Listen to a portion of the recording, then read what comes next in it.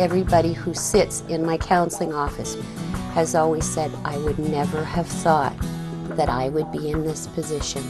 I would never have thought that I would be a person diagnosed with depression. I would never have thought that my marriage would have failed. I would never have thought that I would have adjusted so poorly to the loss of my mother or my father. No one ever feels that they will be in that position, and not one of us are exempt from a bout of poor mental health, not one of us.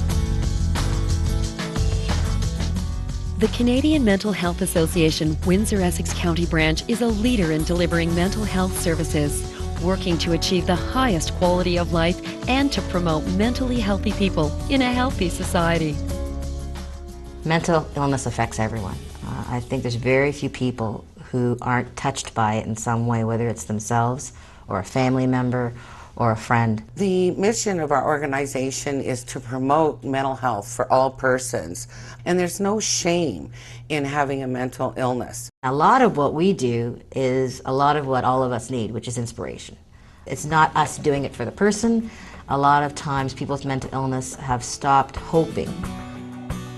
Often people have the tools to deal with this themselves. They just don't realize what's wrong. There is a stigma to mental health, and that prevents people from accessing the services that they really need. But there's also the stigma the person themselves has, and oftentimes they grow up in a family, they grow up in a community where they don't respect mental illness or they don't feel very good about it, and it takes a long time to deal with your own feelings about having a mental illness.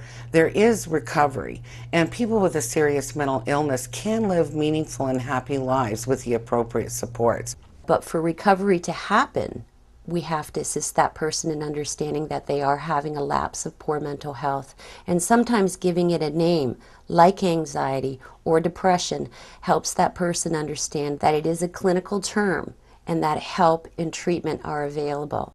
One of the things that we have really focused on, and it's unique, is the integration of primary care and mental health. For so long, primary care services, which is like you going to your general practitioner, have been siloed off from mental health services. Our goal is actually to work with them holistically. Everything from their physical health issues to something that for them may be significant. I'm kind of one of the starting points of the team where I see the patient and then I can identify some of the problems and then refer them on to other members of the team, and then we can start to deal with their problems in a more comprehensive manner. So for example, somebody comes in with diabetes, and then later on I may find out that part of the reason that their diabetes is so poorly controlled is because they're feeling depressed about something. Everything that you and I consider important in our lives are the same things that people with mental illness consider important in their lives. So there's no real difference. It's just that we're there to sort of help them through that path. One of the incredible things of this agency is just to watch the staff and the times I'm in the office, and you see it in their eyes, the passion and the belief in what the cause is. And I'm always so pleased to see that at this agency, such a dedicated and hardworking staff. I've seen our staff after 5 o'clock when something happens with a client stay to make sure that that client is taken care of. I know some of them take calls after hours and that kind of thing. I think anywhere where you work with an individual and you get to see them realize something that has true meaning for them, you get something back yourself, and that's probably why you're in the field, and that's probably why you're working for the organization. I got sick first at the age of 35. I was very lucky. I had a late onset, and I have battled psychosis, and I've been in the hospital for 7 or 8 weeks at a time. I think it really helps because you can understand where they're coming from. I've been through it many times, and I have full memory of it and what my family and my friends were trying to do.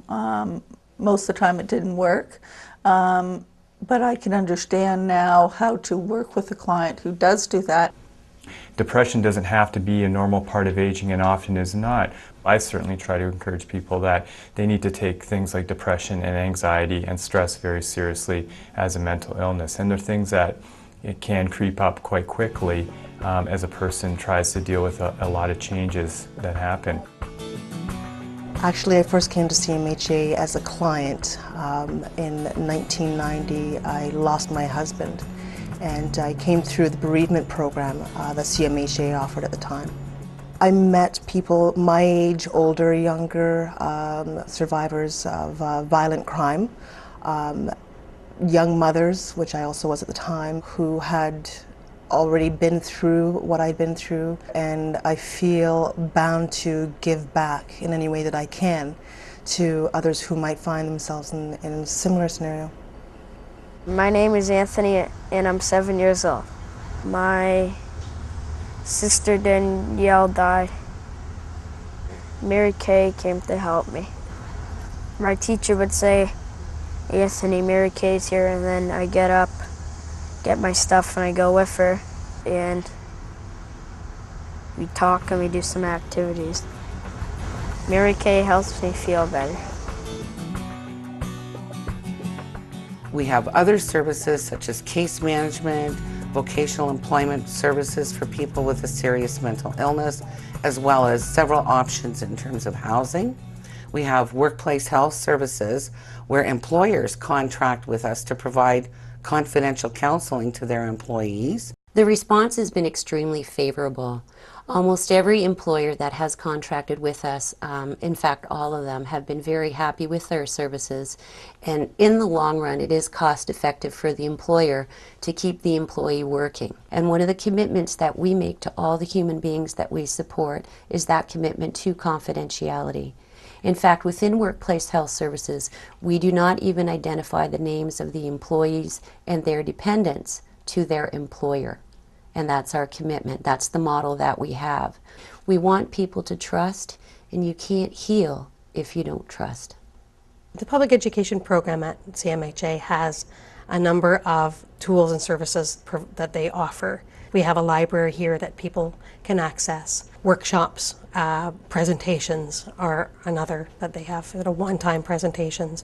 And that's really critical because it's really important if we're going to support people in the community, that the community understands mental health issues and is more accepting of people with a serious mental illness.